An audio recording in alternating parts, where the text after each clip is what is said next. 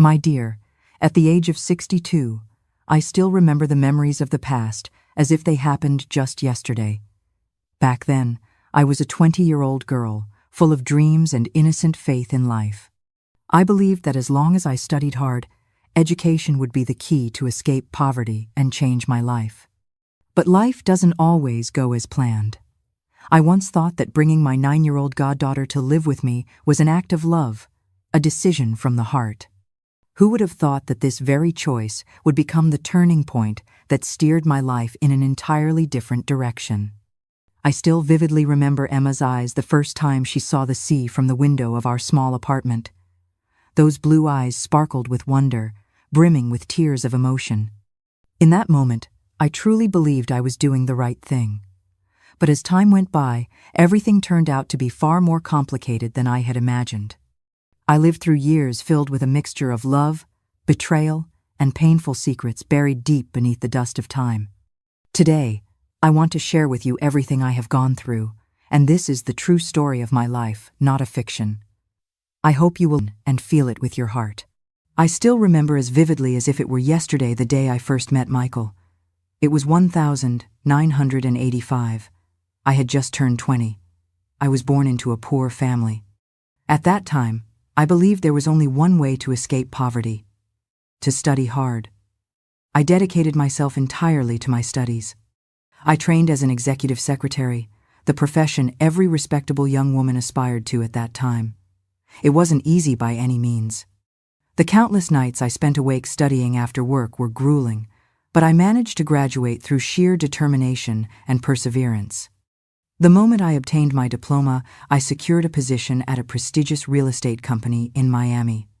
Goodness, how important I felt, dressed in my finest clothes purchased from the church bazaar frequented by the wealthy. My style consisted of a simple suit with a skirt and impossibly thin high heels. I spent my days seated behind that secretary's desk, feeling like I had finally arrived. It was at this company that I encountered Michael Anderson. My heavens, what a man he was, tall with a smile that illuminated the entire room and those mesmerizing green eyes like twin emeralds. When he looked at me, the ground seemed to vanish beneath my feet. Michael was the company owner's son. Just imagine, while I came from a family that could barely afford to put food on the table, he had been swimming in wealth since childhood. Having just graduated with a business administration degree from an elite university, he was there learning the family business. Initially, I was intimidated. I assumed he would be one of those arrogant playboys who look down on people like me, but I couldn't have been more wrong. Michael was refreshingly different, educated and gentle. He treated everyone with equal respect, from the janitor to the manager. The other young women at the office had their eyes on him, just as I did, but in my mind, it was nothing more than a daydream. The first meaningful conversation we shared occurred during the company's year-end party. I was standing in a corner, feeling shy and uncertain. Suddenly, he appeared beside me with 2 glasses of soda, offering one to me as he initiated conversation. We talked through the entire evening, discovering numerous shared interests. We enjoyed the same music and films. He laughed at my jokes and made me feel truly special. From that day forward, everything changed. Michael consistently found reasons to pass by my desk, always with a different pretext, bringing an Americano, delivering a document, and I, naive and delighted, completely smitten, had no idea what lay ahead. We began a clandestine relationship. Michael insisted on keeping it secret from everyone at the company. He claimed it was for my protection, and truthfully, he was right. His father, Richard, was a stern man who believed poor people were only good for labor. His mother, Barbara, was even worse. She carried herself with her nose perpetually in the air, as if detecting an unpleasant odor. Michael stood apart from them. He would take me for drives in his Ford Mustang, a vehicle of pure luxury.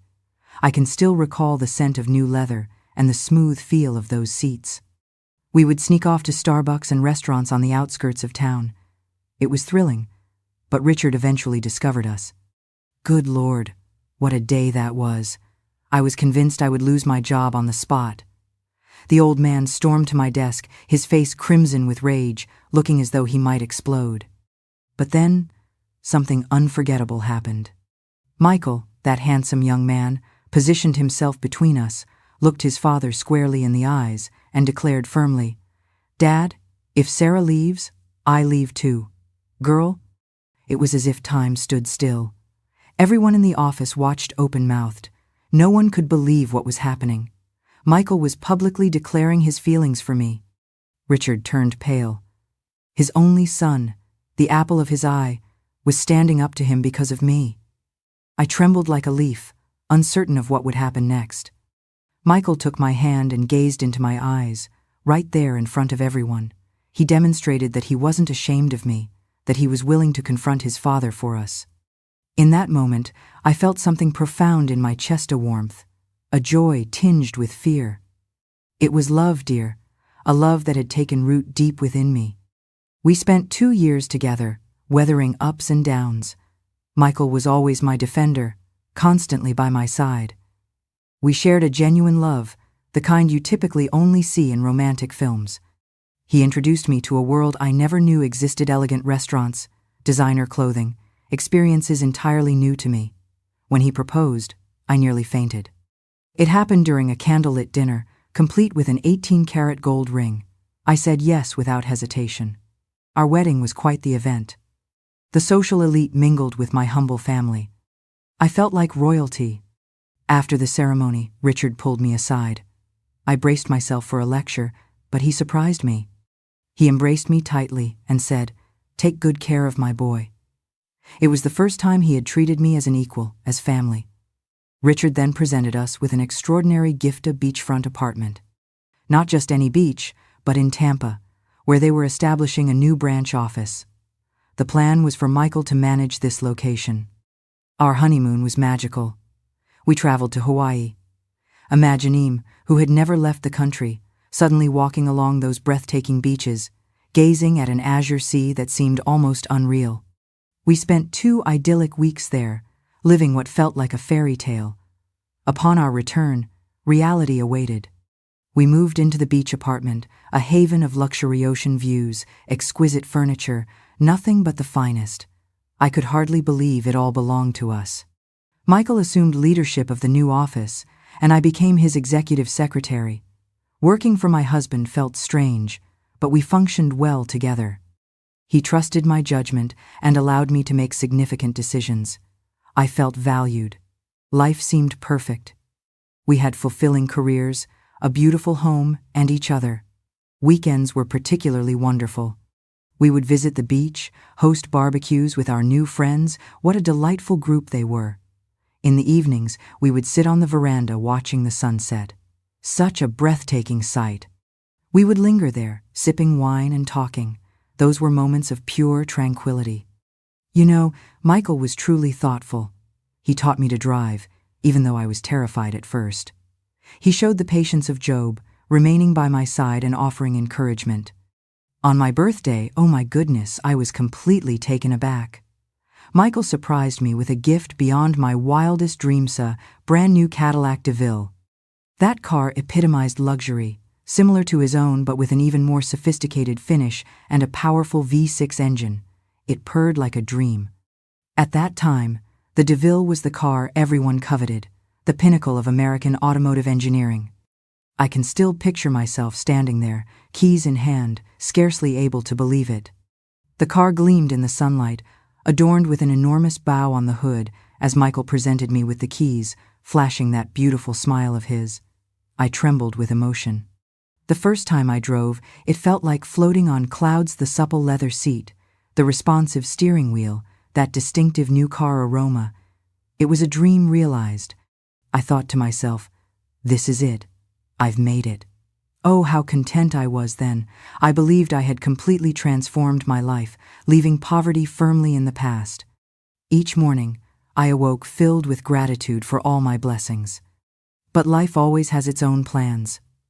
One day, I began experiencing unusual symptoms: nausea, dizziness. Initially, I attributed it to work-related fatigue, but when my monthly cycle didn't arrive, my heart raced. Effective pharmacy tests weren't widely available then. I visited the doctor, a bundle of anxiety and hope. When he confirmed it, I could barely contain tears of joy. I was pregnant. When I told Michael, he lifted me into the air, laughing like a child. "I'm going to be a father, Sarah," he exclaimed. At that moment, I felt my happiness was complete. I continued working, naturally. It wasn't easy, I assure you. The nausea would strike during meetings, occasionally forcing me to dash to the bathroom, but I was determined.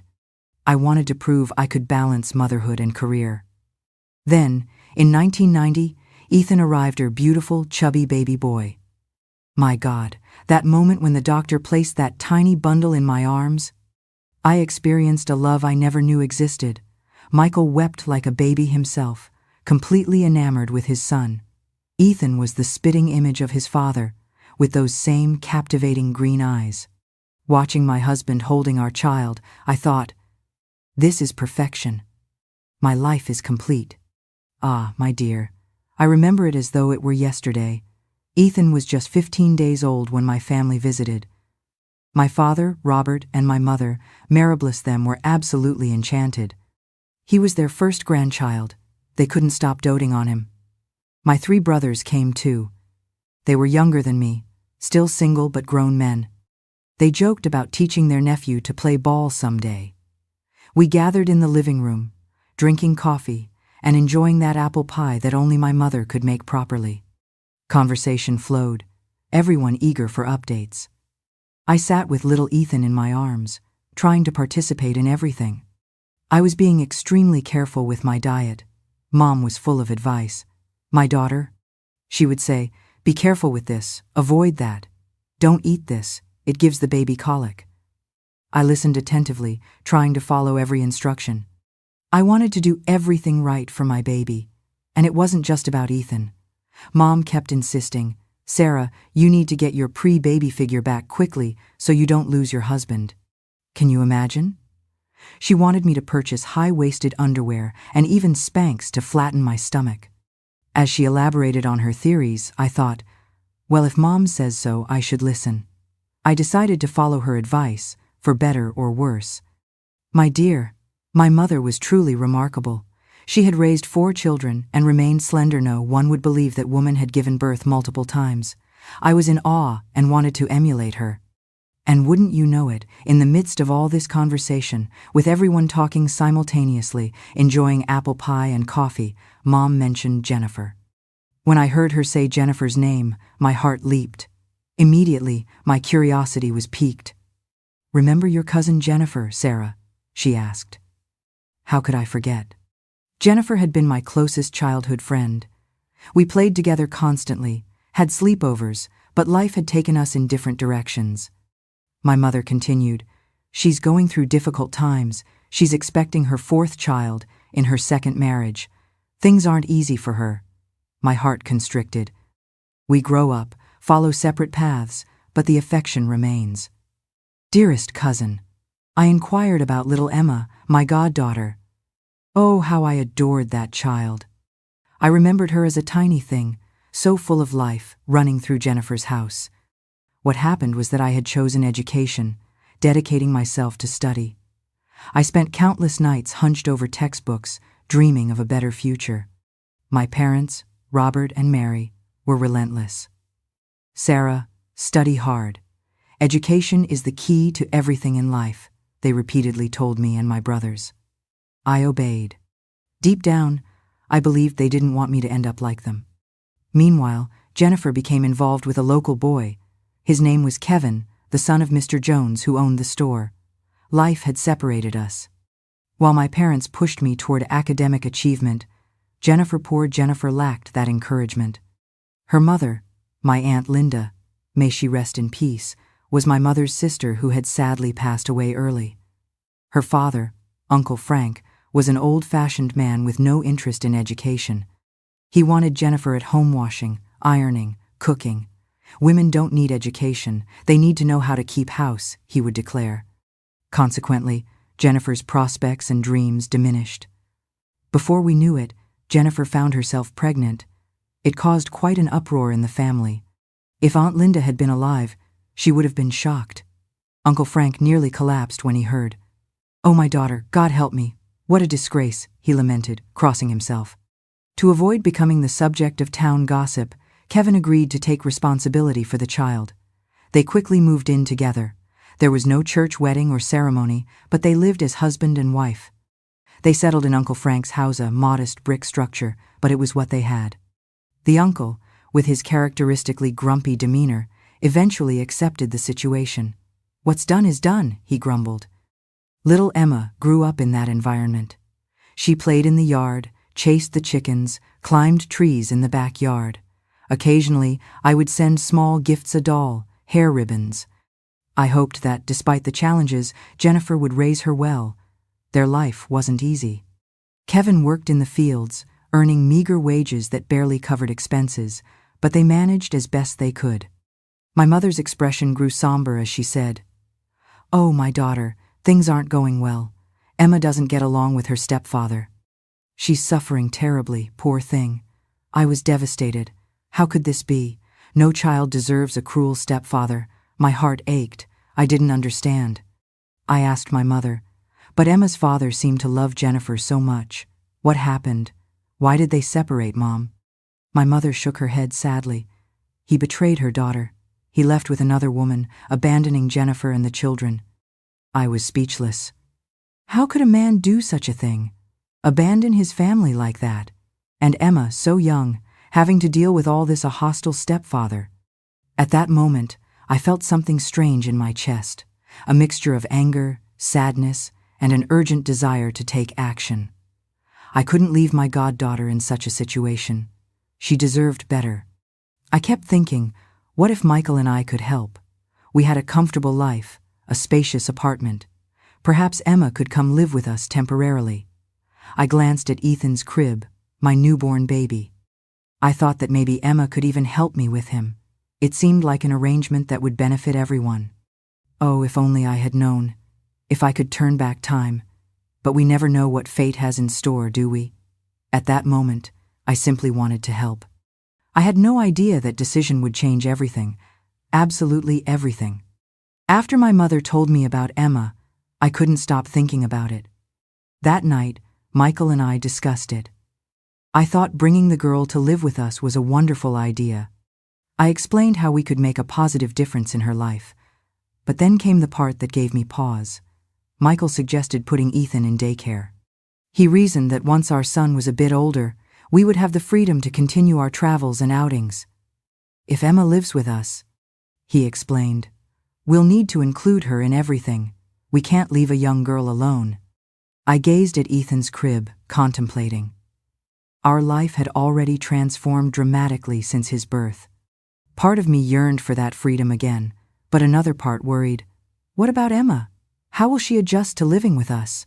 I imagined the girl alone at home while we went out enjoying ourselves. It didn't seem right. "Michael," I said, "our life is already different because of Ethan. I don't think bringing Emma will change things that significantly." He remained silent for a moment, then agreed. "You're right, Sarah. We'll find a way. The important thing is to help the girl." At that moment, I believed I was making the right decision.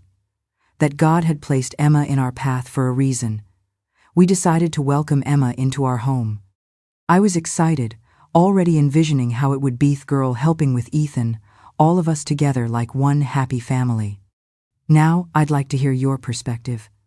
Would you invite your goddaughter to live with your family if you were financially comfortable, or would you simply provide financial assistance? Share your thoughts in the comments. I'd love to know what you think, and I'll respond with a heart. Your opinion matters greatly to me. Let me tell you something interesting. Michael's parents, those formal individuals, also came to visit their grandson. What joy that was! They were absolutely delighted. Barbara, maintaining her sophisticated air, made elaborate plans for little Ethan. "We'll take him to Disney," Richard announced proudly.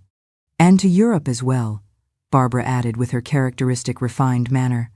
"Our precious grandson will see the entire world," they proclaimed, as if everything was already arranged. Michael and I were amazed by their enthusiasm. They discussed international travel as casually as if they were planning a trip to the corner store. I admit, at that moment, I felt warmth toward them. After all, what mother doesn't enjoy seeing her child pampered? It was heartwarming to see Ethan receiving such adoration, even if delivered in their somewhat excessive style. After my recovery period, Michael and I decided to bring Emma from Jennifer's house. It was at my insistence, you see. I was concerned about her relationship with her stepfather, and I eventually convinced Michael. When we arrived, my heart sank. Everything was so modest, so basic. The house's interior plaster was crumbling. The old, patched furniture barely stood upright. Jennifer, poor thing, was embarrassed to receive us in such humble circumstances, but we pretended not to notice to spare her further discomfort. I glanced at Michael and saw that he, too, was affected. In that moment, I felt certain we were doing the right thing by bringing Emma to live with us. Jennifer was initially overjoyed to see us. We embraced tightly, as if the years had never separated us. Little Emma had just turned 9 years old. I looked at her and saw a thin little girl with large, inquisitive eyes, even prettier than I remembered. She didn't recognize me. There was a photograph of us in the living room from when she was 3 years old. I showed it to her. "Look, Emma, that's me holding you." Uncle Frank arrived, pleased to see us. He treated everyone cordially, offering us Americano coffee. He knew how to brew a good cup. We conversed back and forth, explaining the purpose of our unexpected visit. Jennifer, bless her heart, was a good mother. You could see the love in her eyes, but life wasn't easy. She understood that at that moment, the best thing for Emma would be to come live with me. So we talked and formulated a proposal. We would help Jennifer by sending her money monthly. In exchange, little Emma would come live with me and help as a babysitter. Additionally, part of that money would be saved for her future. I promised the best education for her. Jennifer was thrilled with the possibility of providing a better life for her daughter. She spoke so proudly of Emma, praising the girl highly. "Emma is incredibly capable," Jennifer said, beaming with pride. "She knows how to perform all household tasks. She's very tidy. She cares for her 3 younger siblings like an adult. She's wonderful with babies. If they're crying, they stop just by looking at her." Michael and I were astonished, a 9-year-old girl already so accomplished. On one hand, I was pleased to know she would be a tremendous help in our home. On the other hand, it saddened me. A child shouldn't bear such responsibility. But at that moment, I focused only on the positive aspects. I would give Emma a better life, help Jennifer, and have assistance with Ethan. It seemed like an arrangement with no downsides. Emma gathered her few belongings in a small bag. She didn't have much, just some clothes and a patched teddy bear. When the time came to leave, she hugged her mother, grandfather, and little siblings tightly and cried profusely. On the journey home, Emma sat quietly in the back seat. Occasionally, I would check the rearview mirror and see her gazing out the window, her large eyes filled with a mixture of curiosity and fear. When we arrived at the apartment, I watched Emma's eyes widen in amazement. Just imagine a girl who had never left that small Georgia town suddenly finding herself in such a tall building.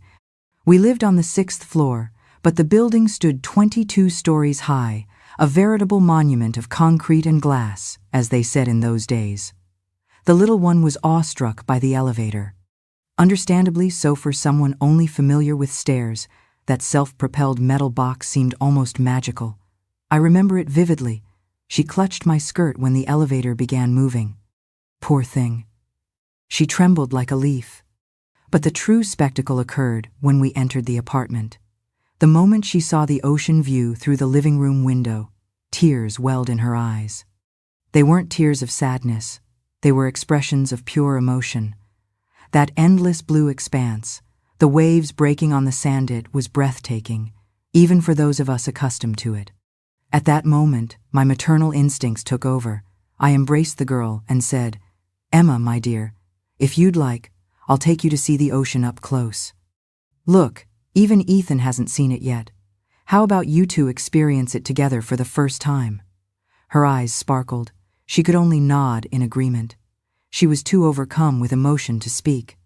Emma's room wasn't palatial, but it contained everything a young girl needed: a comfortable bed, an attractive wardrobe, even a private bathroom.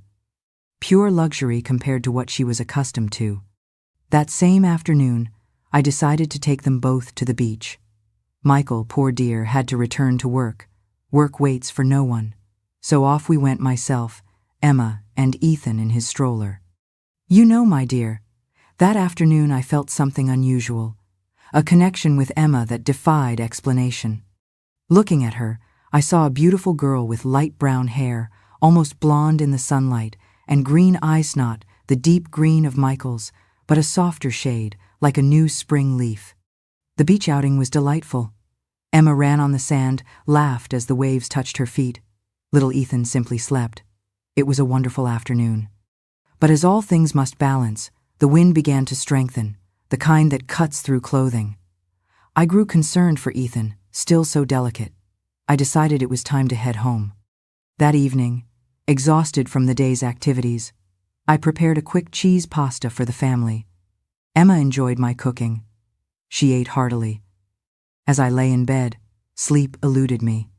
Beside me, Michael snored softly, conquered by work fatigue. The sound of ocean waves drifted through the partially open window, a steady rhythm accompanying my restless thoughts. In the days that followed, I enrolled Emma in the private school near our apartment. The girl, with her wide green eyes, regarded everything with a mixture of fascination and apprehension: the new uniform, the pristine books, the well-dressed classmates.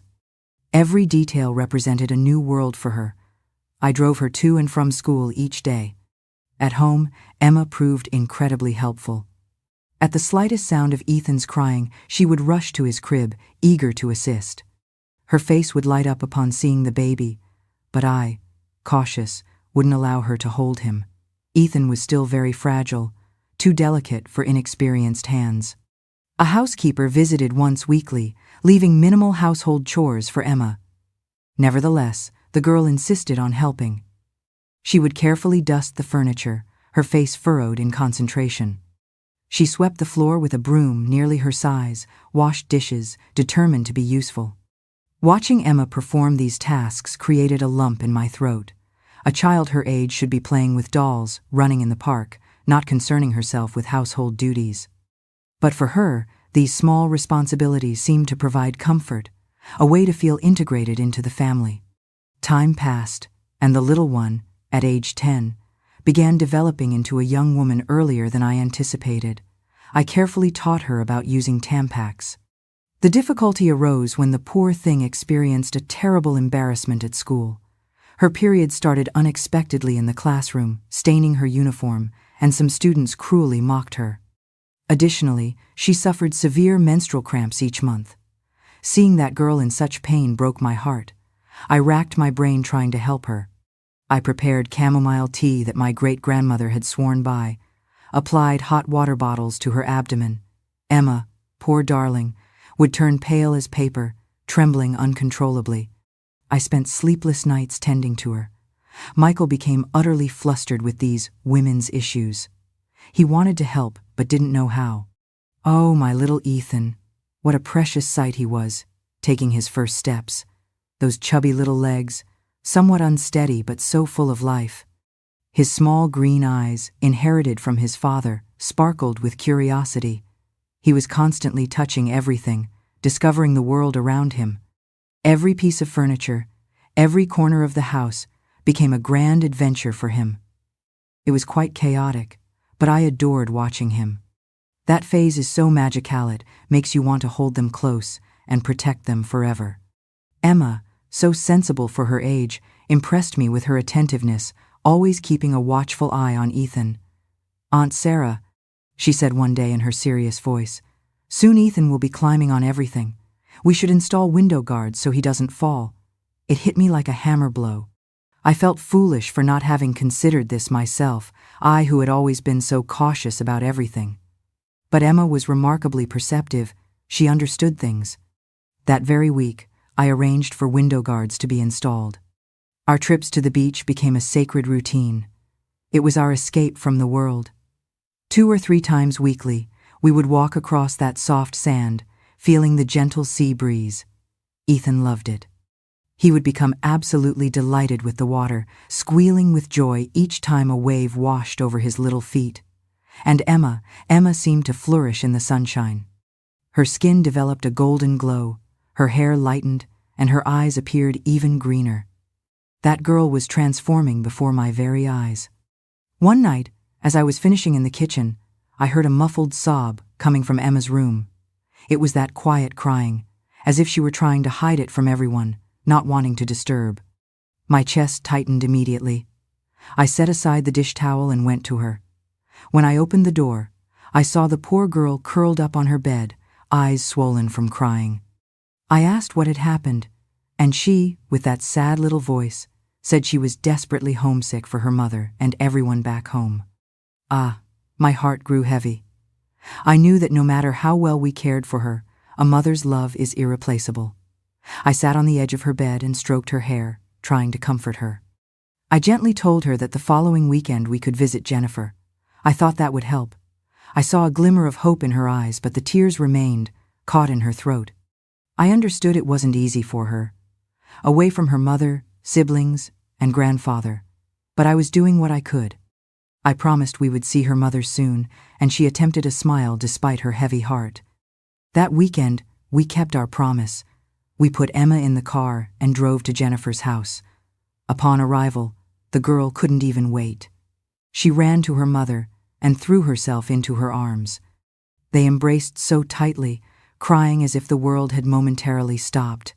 It was beautiful to witness. My heart filled with emotion, a mixture of relief and, I must admit, a touch of jealousy.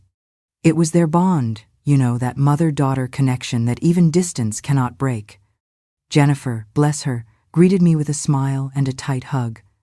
She told me that life had improved considerably since we began sending monthly support. Emma's siblings were well cared for, eating properly. They were adorable, running around the house full of energy. I was pleased to see that at least things were easier for Jennifer. She explained that she was managing to keep the house in order, that they no longer experienced the difficulties of before.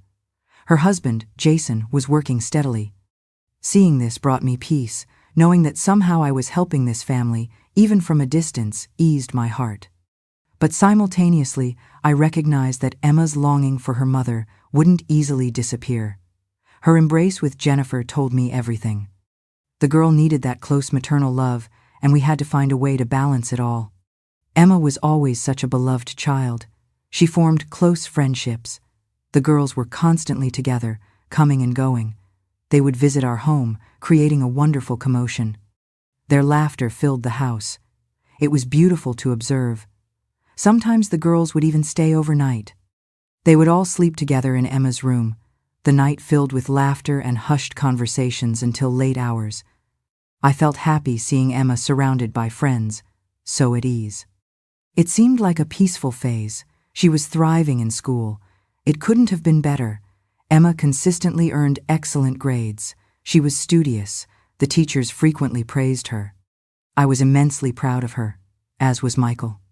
He would tell everyone how well the girl performed academically, how dedicated she was.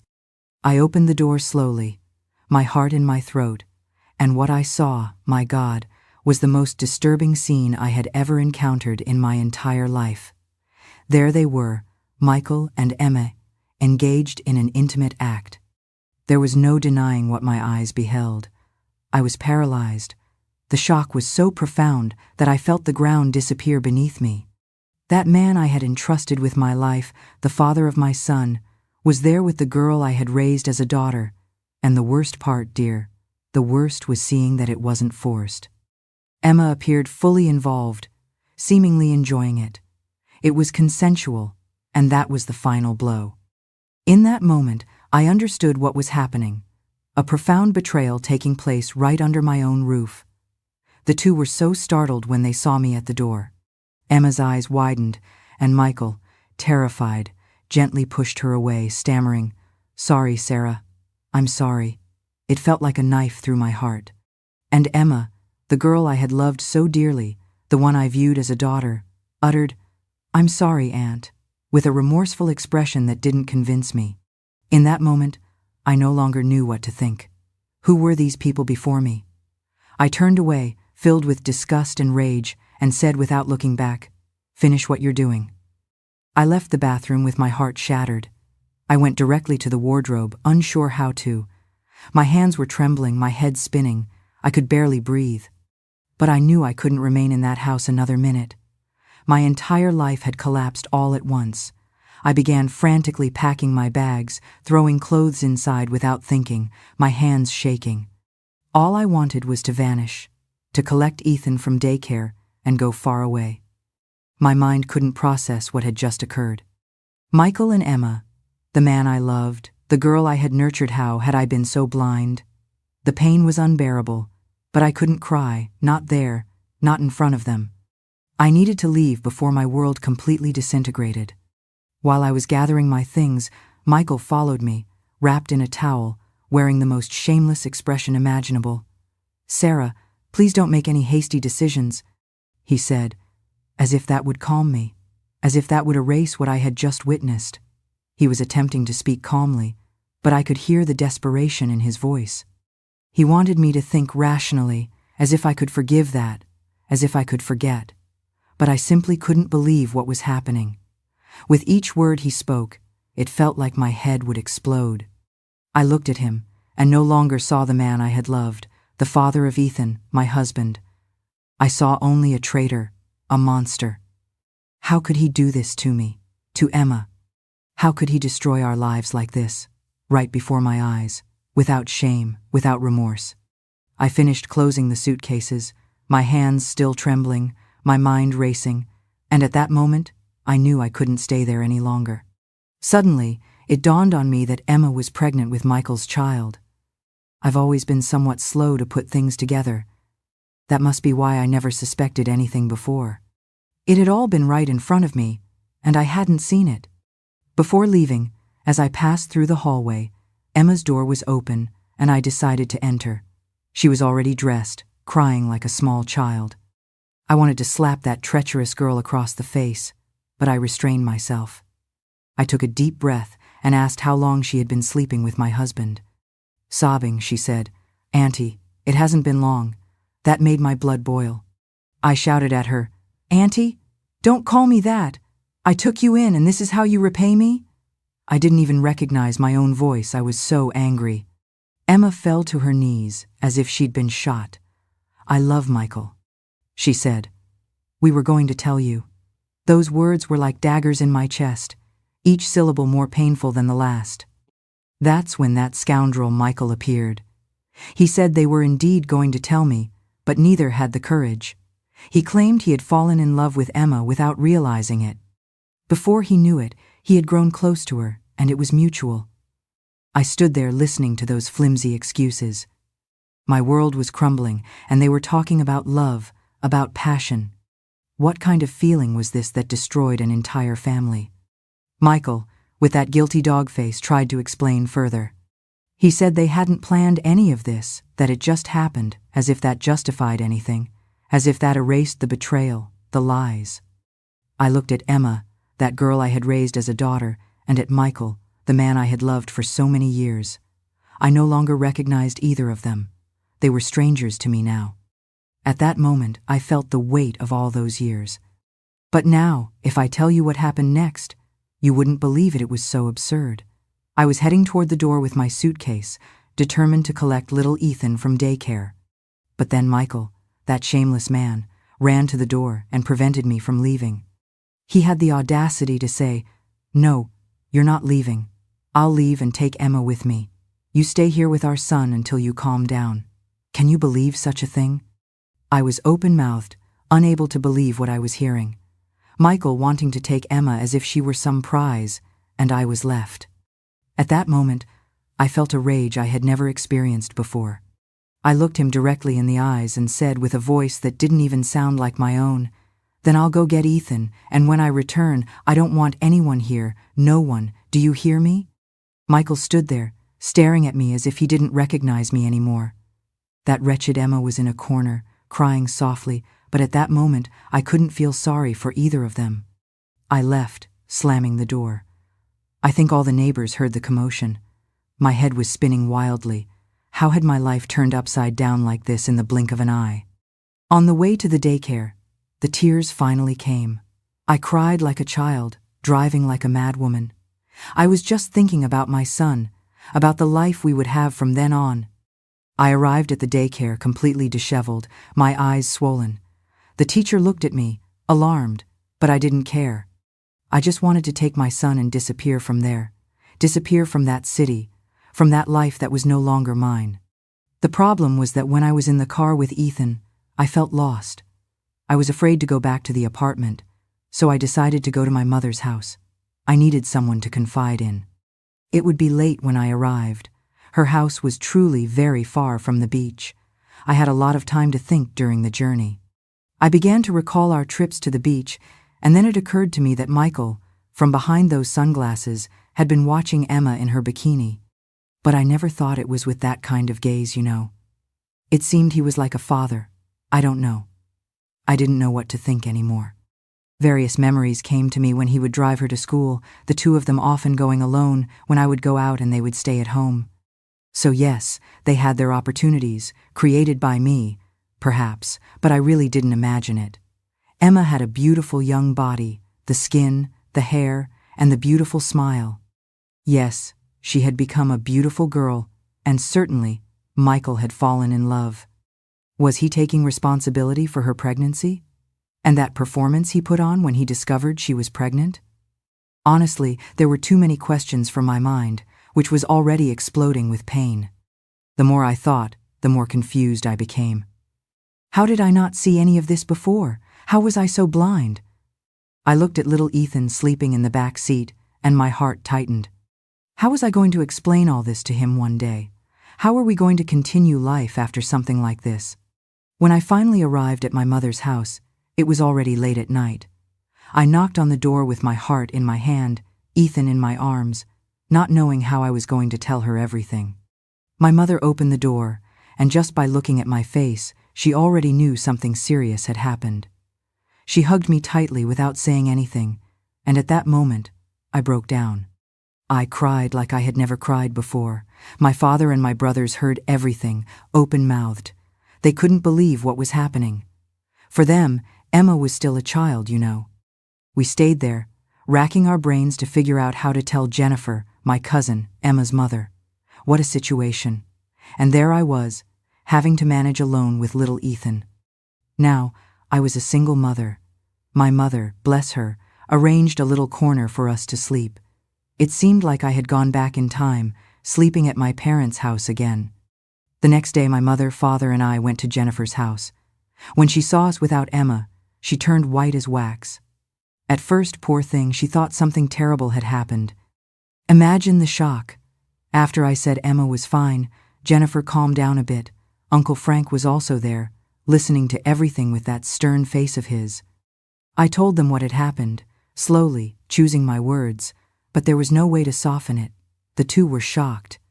They couldn't believe what the girl had done. Uncle Frank, with that rough way of his, couldn't contain himself. He hit the table hard and burst out, "What shamelessness is this? She's lost her way in life, just like you, Jennifer." His voice came out hoarse, full of anger and disappointment. Jennifer, poor thing, lowered her head. You could see those words cut deep. The uncle continued grumbling, talking about how the women in the family had no sense. I stood there not really knowing what to say, watching that sad scene unfold. The tension was so thick you could cut it with a knife. Uncle Frank was pacing back and forth, snorting like an angry bull. Jennifer, quiet in a corner, seemed like she wanted to disappear. And to make matters worse, she was going to be a grandmother. Jennifer stayed there not knowing what to say. It was too much for her to process the girl she had entrusted to us, pregnant by my husband. Jennifer started crying, saying it was her fault, that she shouldn't have let Emma come live with us. I tried to comfort her, but I didn't even know what to say. Everyone was lost in that confusion. Well, what I know is that I didn't have the courage to go back to the apartment. I decided to stay at my parents' house for a while. My heart was broken, and they were my safe harbor. I couldn't even think about entering that apartment again. I hired a lawyer, one of those who handles divorces. He contacted Michael, that scoundrel, and what I discovered left me jaw-dropped. You can't even imagine. Michael, that shameless one, asked me for a divorce. But that's not all. He wanted to marry Emma. He said he was going to take responsibility for her child and everything. I was shocked. And there's more since I didn't go back to the apartment. The two were living there as lovers, in my house, in my bed. Oh, my child, the hatred I felt. It seemed like I was going to explode. Time passed, and I ended up signing the divorce papers. What else could I do? We divided our assets. I actually had a little money, thank God, but I was there, a mother starting from scratch. You know what's saddest? Seeing everything you built in life go down the drain like that, so many years of marriage, so much love thrown away. And why? Because of a girl? At first, I could only feel anger toward her, but after a while, I started to think more clearly. The truth is that the scoundrel was him, Michael. He was the one who should have behaved properly, isn't that right? He was the adult in the story, the married one. I kept thinking if it hadn't been with Emma, he would have been with someone else. It was shamelessness, really. When a man wants to misbehave, he finds an excuse for everything. Emma, poor thing, was just a girl. He took advantage of her innocence. I'm not saying she doesn't have blame, but he was the responsible one. Sometimes I would imagine how it would have been if I had noticed earlier, if I had come home earlier someday, or if someone had told me. But it doesn't help to think about what could have been. What's past is past. Now was the time to look forward, to take care of my little Ethan. What happened next was that I bought a small house for us in my mother's city, in a nearby neighborhood. It was modest, but it was ours, a little haven just for us. I found a job in an office nearby. At first it was difficult, everything new, me alone with Ethan. But gradually, I got used to it, got the hang of things. Surprisingly, my former in-laws contacted me one day. They offered one of their good houses in the city. They said they were going to put it in Ethan's name. I was a bit suspicious at first, but I ended up accepting. I thought, it's for my son's future. But I made it very clear that we weren't going to live there. It was just for Ethan when he grew up. Richard and Barbara would always come to see Ethan. It was quite a celebration each time. They would bring presents, spoil the boy. There was no one who could match their doting. But I made a deal with them never to tell me anything about Michael. I didn't want to know about his life, nor did I want him to know about mine. It was better that way, a turned page. Between us, I did have curiosity, but I never revealed it to them. But then, in one of their visits, Richard and Barbara surprised me. The two, with that formal manner of theirs, called me to talk privately. I thought, here comes trouble. But not at all. They told me eye to eye that what their son did was very wrong. Imagine Richard, with that deep voice of his, said, "My daughter, Michael disappointed us.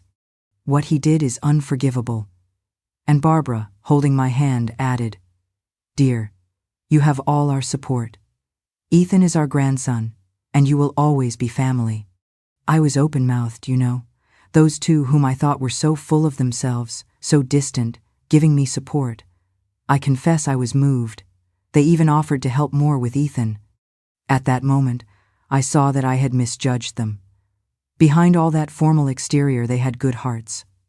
I left that conversation feeling lighter. Knowing that I had their support, that they didn't blame me, was a relief. And for Ethan, having his grandparents around was a blessing. They could provide what I alone couldn't relief. It was good to see that even after everything, there were still good people on our side. You know what's funny? Ethan ended up seeing his grandparents more than his own father. Michael disappeared from our lives.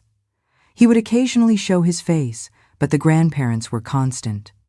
They would come on weekends, take Ethan for outings. Sometimes I would have a heavy heart, wondering if it was right, but I saw the joy of my son and let it be. Over time, I came to terms with my situation. Life goes on. She was on the right path. I envisioned a bright future for her, full of opportunities. I had returned to work at the office. Michael had managed to secure a position for me there again. It was exhausting, I won't deny. Ethan attended a private daycare, a bright boy brimming with energy. Leaving him there broke my heart, but I knew it was for his benefit. We managed as best we could. The routine was demanding, but life continued. Early each morning, I would drop Ethan at school, then head to work. Despite everything, Emma was deeply loved by all of us. I cherished that girl as if she were my own daughter. Michael also seemed very fond of her. And Ethan? He was absolutely inseparable from Emma. The two were thick as thieves. I knew our home was filled with love. Oh dear, those of us who are mothers or care for children always notice the changes. I observed Emma growing, her body changing. At 13, she was no longer that skinny little girl running around the house. Time was shaping her. Her hips widened, her face became more defined, taking on the appearance of a young woman. Naturally, I regarded all this with affection, but also with some concern. Yet never would I have expected what happened. One afternoon, I noticed Emma looking nauseated, quiet, different. Something seemed wrong. I asked what was troubling her, and she awkwardly told me that her period was late by a month. "Aunt Sarah," she said, with that look of someone who didn't understand what was happening. Oh my heart jumped. I became extremely worried. There's no way to avoid thinking the worst, if you know what I mean. I asked directly, "Emma, my child, is there something you need to tell me? Are you pregnant? Is that it?" She remained silent, lowered her head, and I knew. That knot in my chest. Anyone who raises a girl never wants to face this, especially at such a young age. I asked, somewhat in shock, "But whose child is this, Emma? Who is the father?" And she, with a guilty expression, said it was a friend from school, but she refused to reveal the boy's name. "What do you mean, a friend from school?" I asked, confused. But Emma just kept repeating that she couldn't say who it was. That left me utterly lost. I didn't know what to do. A 13-year-old girl pregnant and unwilling to identify the father. How does one handle something like this? So, having no alternative, I went to speak with Michael. I thought Michael would be concerned. Of course, who wouldn't be? But when I told Hima the shock he displayed, I had never seen Michael react that way. He turned pale, as if he'd been struck. His eyes widened, his breathing became labored. His shock made me even more nervous. He had always been so steady, you know, never easily shaken, but this time was different. Suddenly, Michael became furiosa rage. I hadn't anticipated pacing the room, pounding his fist on the table. "Emma pregnant? This is unacceptable." I, already frightened, grew even more alarmed. He said he would speak with her and stormed to her room, seething with anger. But then something happened that puzzled me. He entered Emma's room and began scolding her, saying she had been irresponsible, that she shouldn't have allowed herself to be carried away like that. But what struck me as odd was that he didn't demand to know who the father was. He didn't insist, didn't seem concerned with learning the name of this supposed school friend. That bothered me tremendously. I went to bed with nagging suspicions. Something wasn't right. Now, what happened next, you won't believe. Oh my God, it was the worst day of my life. I was still trying to process the news of Emma's pregnancy, and that week I had arranged for us to visit the hospital to begin her prenatal care. My heart was heavy, just thinking about how to tell Jennifer, her mother. How would I explain that I had allowed her 13-year-old daughter to become pregnant? I knew Jennifer would blame me, judge me, and in a way, I already felt guilty. That afternoon, I left work early. I wanted to organize some documents, gather Emma's things, and figure out how to resolve everything. I arrived home thinking about the day's hustle and bustle, but as soon as I entered the apartment, something strange struck me. I heard muffled laughter, conversations, an atmosphere of excitement, but then came an awkward silence. The sound was coming from my bedroom. My heart raced in a way I cannot even describe. It was a tightness, an anguish. I walked slowly, step by step, trying to understand what was happening. With each step I took, the sensation that something was terribly wrong intensified. The silence was so heavy, it suffocated me. When I approached the door, I realized the sound was coming from the bathroom. Standing there, I felt a chill down my spine, unlike anything I'd ever experienced before. My body seemed to know what my eyes had yet to witness. I opened the door slowly, my heart in my throat, And what I saw, my God, was the most disturbing scene I had ever encountered in my entire life. There they were, Michael and Emma, engaged in an intimate act. There was no denying what my eyes beheld. I was paralyzed. The shock was so profound that I felt the ground disappear beneath me. That man I had entrusted with my life, the father of my son, was there with the girl I had raised as a daughter. And the worst part, dear? The worst was seeing that it wasn't forced. Emma appeared fully involved, seemingly enjoying it. It was consensual, and that was the final blow. In that moment, I understood what was happening. A profound betrayal taking place right under my own roof. The two were so startled when they saw me at the door. Emma's eyes widened, and Michael, terrified, gently pushed her away, stammering, "Sorry, Sarah, I'm sorry." It felt like a knife through my heart. And Emma, the girl I had loved so dearly, the one I viewed as a daughter, uttered, "I'm sorry, Aunt," with a remorseful expression that didn't convince me. In that moment, I no longer knew what to think. Who were these people before me? I turned away, filled with disgust and rage, and said without looking back, "Finish what you're doing." I left the bathroom with my heart shattered. I went directly to the wardrobe, unsure how to. My hands were trembling, my head spinning. I could barely breathe. But I knew I couldn't remain in that house another minute. My entire life had collapsed all at once.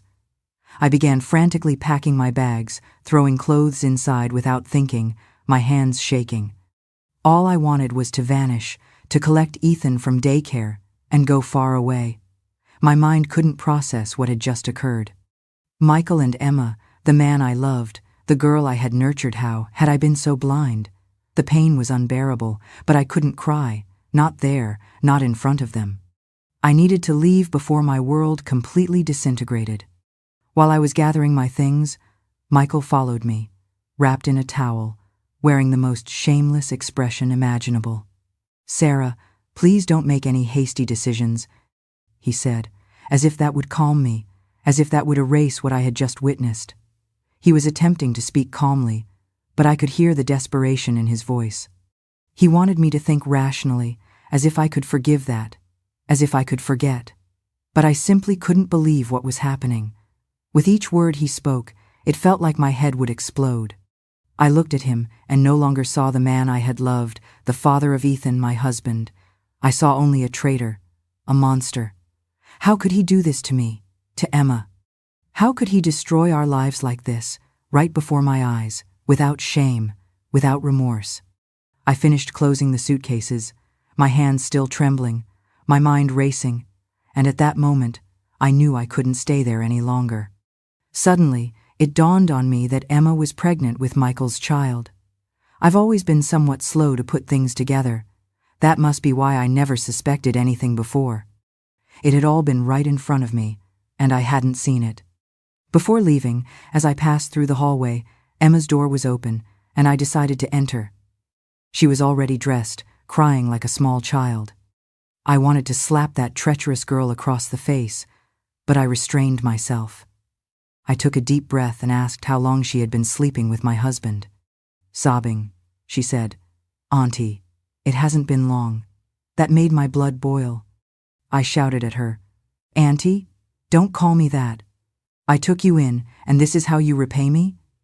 I didn't even recognize my own voice, I was so angry. Emma fell to her knees as if she'd been shot. "I love Michael," she said. "We were going to tell you." Those words were like daggers in my chest, each syllable more painful than the last. That's when that scoundrel Michael appeared. He said they were indeed going to tell me, but neither had the courage. He claimed he had fallen in love with Emma without realizing it. Before he knew it, he had grown close to her, and it was mutual. I stood there listening to those flimsy excuses. My world was crumbling, and they were talking about love, about passion. What kind of feeling was this that destroyed an entire family? Michael, with that guilty dog face, tried to explain further. He said they hadn't planned any of this, that it just happened, as if that justified anything, as if that erased the betrayal, the lies. I looked at Emma, that girl I had raised as a daughter, and at Michael, the man I had loved for so many years. I no longer recognized either of them. They were strangers to me now. At that moment, I felt the weight of all those years. But now, if I tell you what happened next, you wouldn't believe it was so absurd. I was heading toward the door with my suitcase, determined to collect little Ethan from daycare. But then Michael, that shameless man, ran to the door and prevented me from leaving. He had the audacity to say, "No, you're not leaving."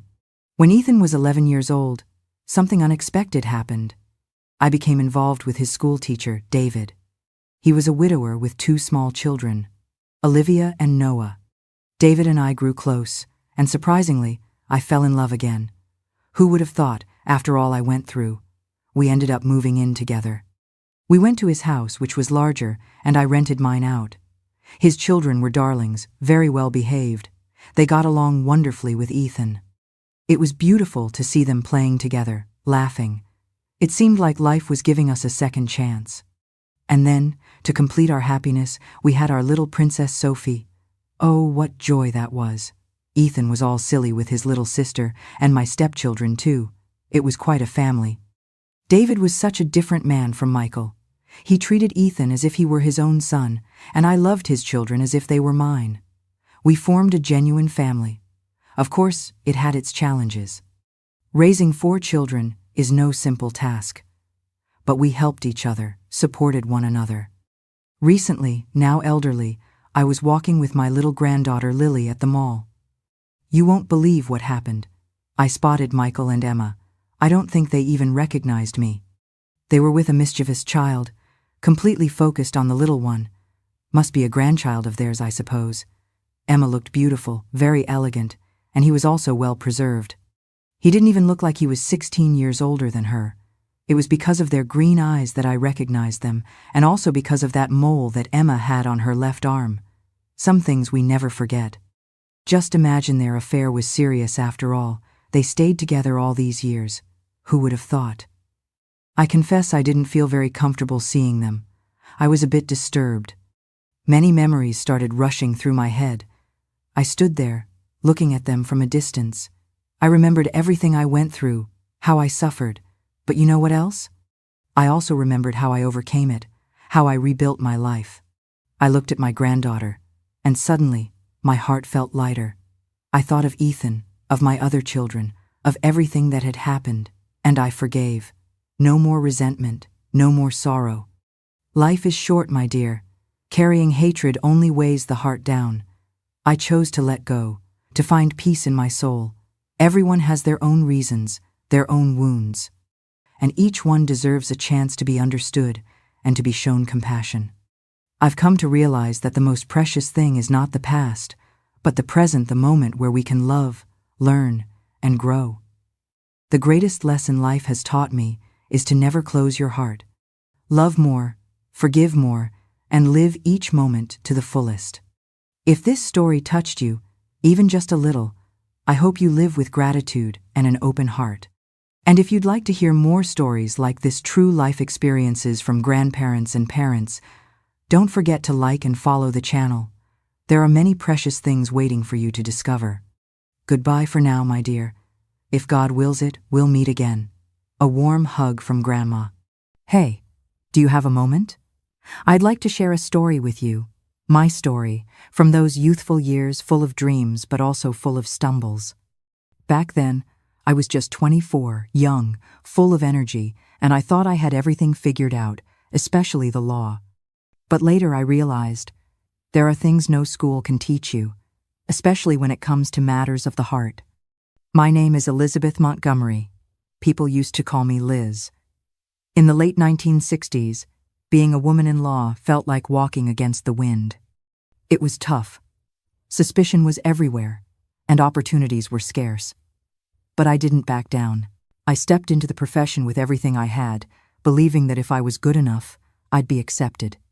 But I soon found out that some doors didn't open because of who I was, but because of my last name, Montgomery, daughter of the well-known attorney Richard Montgomery. I'm not telling you this to complain. It's just that every fall taught me something. And if you're willing to listen, I'll keep going, so you can understand more about a journey, not just of a young female lawyer, but of a woman learning to rise from the heartbreaks that law books never warned her about.